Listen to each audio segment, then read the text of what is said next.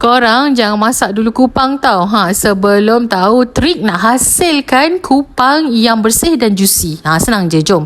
First step, carilah kupang yang fresh. Nina beli sekilo. Ni murah je, RM8. Lepas tu Nina buang kulit. Nina buang putih-putih kat luar ni.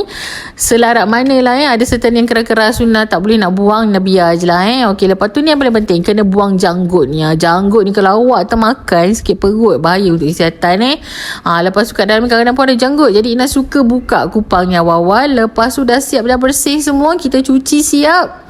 Lepas tu bolehlah pergi for the next step. Cara nak hasilkan kupang yang juicy. Tak payah gunakan air yang banyak. Just letak kupang macam ni je kat dalam kuali. Letakkan sikit je air. Selepas tu terus letakkan serai. Tutup.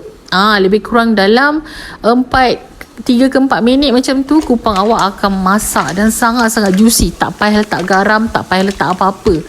Memang manis memang best gila cara macam ni. Selamat mencuba. Itu saja untuk kali ini. Bye-bye.